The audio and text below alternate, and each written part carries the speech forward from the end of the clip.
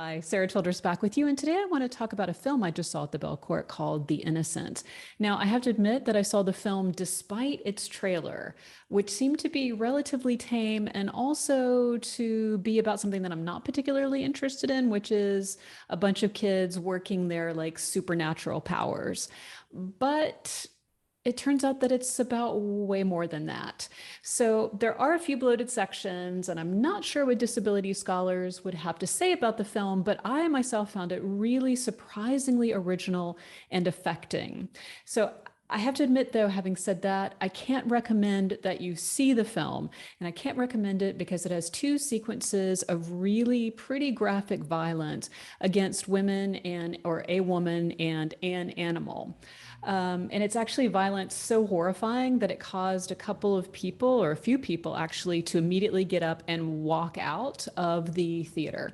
So I can't recommend it, but I do want to share my appreciation for it because I think the writer-director Eskil Vogt is doing some really interesting work here because the graphic violence is not gratuitous violence.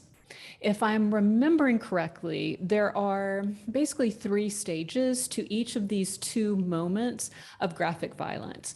And essentially, what those stages are, okay, there's the first stage. And in this first stage of violence, what seems to be happening is what we could call, let's just say, childish experiments and exerting agency and power, and doing so by inflicting pain. So, for example, when one child bites another one or throws a rock at a bird and knocks it out of a tree.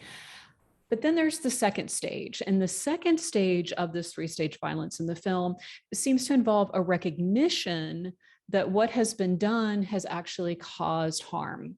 So that there's an implication, that there's a recognition of the implications of that particular exertion of violence and pain, and an understanding that real harm has been inflicted.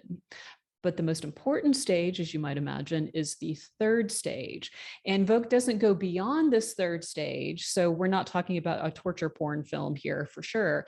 But the third stage, which is the most important, is that Ben, who's the child who is primarily the one inflicting this violence, so he causes the harm, realizes the harm he's caused, but then continues to inflict violence and causes death consciously and willfully.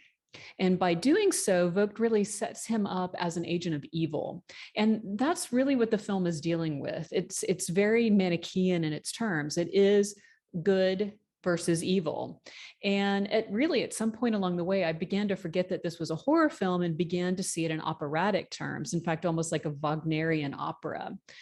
And because really what we have at play in the film is this battle between good and evil, with Ben being the avatar for evil and Anna and Aisha being the representatives for good. Now, here's where the film, I just have to take one little moment of an aside to say this is where the film treads what might be termed hot water, because evil Ben appears to come from a Middle Eastern or South Asian background, and he suffers abuse from a pretty obviously bad mother who both emotionally and verbally abuses him, and who also pretty much neglects him, leaves him to fend for himself in, obtaining food, and pretty much just lets him kind of, as we might say, run wild around the housing complex where they live. So he's the evil avatar. On the other side, we have the good girls. So we have Nordic Anna, who is severely autistic. And then we also have Aisha, who appears to be of East African origin. And she also has vitiglio. And so I'm scratching my head wondering, is the film saying that Ben's evil arises from bad mothering and perhaps his cultural or ethnic background? And is it saying that female suffering can endow kind of a powerful virtue? So I'm going to let you decide, but I did think these things were worth considering and also worth a mention. But I want to sort of pull back from that little digression and get back on point, because really the most important point here is that there is a supernatural force for evil, that's Ben, and a supernatural force for good, which is Anna and Aisha. And inevitably, we know that they're going to battle one another to save their world, if not the world. And that's cool. But what's more fascinating, at least to me, wasn't this battle, because I mean, no spoiler here. We generally, and I'm just saying this for any pitch battle that we see in these terms, we know how it's going to end. We know which side is going to win. But what was most interesting for me, and especially as I walked out of the film, it was like, whoa, this is incredible, was actually the character development of Ida, who is Anna's sister, younger sister, because Anna becomes the quintessential human character. And what she does has the most significance for this hero's journey cum Bildungsroman, and also for the soul of the film, and also for the viewer's soul. And so her character development, I just have to say, as you know, as another side, is some of the best I've seen. And in fact, if I could teach this film, which I can't, but if I could, it would be really textbook for talking about narrative and development, both narrative development, character development, and thematic development. But here we go, back on track again. So Ida begins the film, and as a human in every sense of the word, but most notably in the sense of being flawed.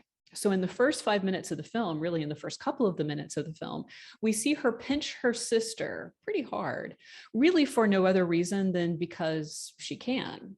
Later, we learn that she doesn't think Anna can feel pain, and that's because Anna isn't capable of conventionally expressing her feelings.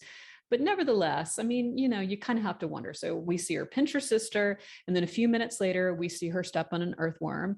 And again, the only motivation for this is because she can. Yet this, I mean, we know this isn't what we would call nice behavior, but it is motivated behavior. I mean, if we really think about it, you know, there is both the childhood development perspective, but also one could imagine, you know, resenting the love, care, and attention that Anna receives from their parents. And so this could be a way of kind of acting out on that resentment. So that's kind of the first introduction to to Ida. And then we see her fall in with Ben, who's also an outsider. Er du ny her? Ja. Skal jeg vise deg noe?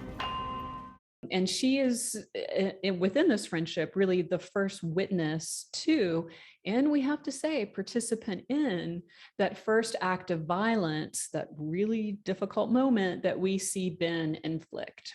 And so she is a witness. She's also a willing participant.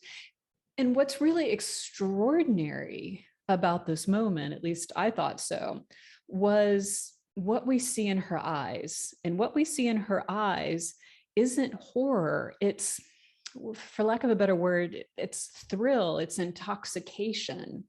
Because first it's a game, and she's kind of like, oh, you know, all hepped up in the fun of it. And you know, they're running around and they're about to do this thing. And so she's, you know, her eyes are kind of gleaming from the activity and the excitement of like, what's going to happen? What's going to happen? What's going to happen?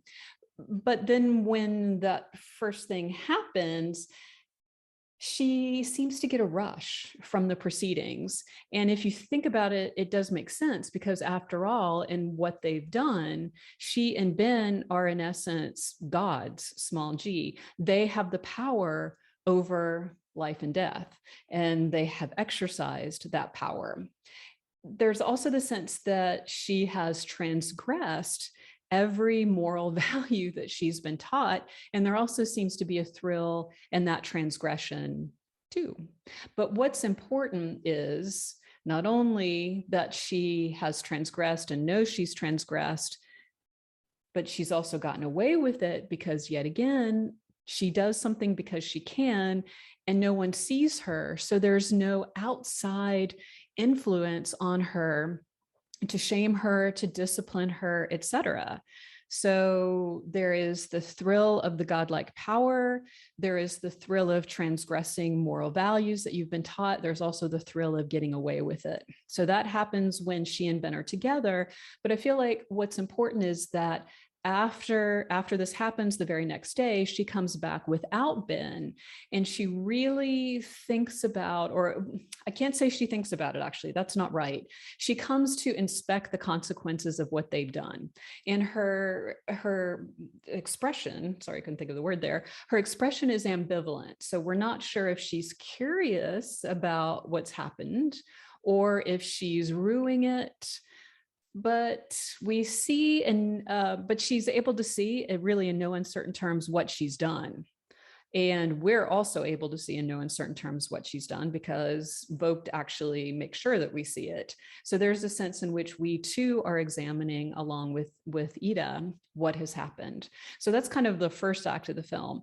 And the second act of the film, Vogt transitions her into another kind of avatar for a human consideration of relationship with evil. So in the second act, she stays in allegiance with Ben, but in a different way. So here we have something akin to Hannah Arendt's banality of evil or Hitler's willing executioner. So she doesn't actively hurt others, but she also doesn't stop the hurting of others.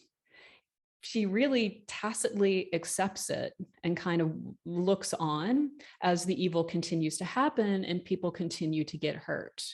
It's really only as we move from the second into the third act, and she realizes that this evil could hurt her or destroy her, that she makes the decision to act.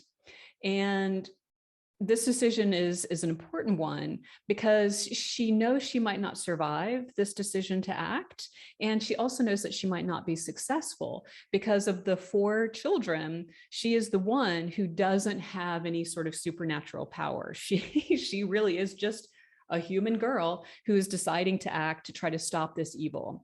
But she accepts her limitations, and nevertheless decides to act. So we see that it takes courage for her to make this decision. And so I'm going to leave it there. So in terms of specifics, so I don't spoil anything, but I did find Ida's character a really compelling story in what it means to be human and also what it takes to be a moral person.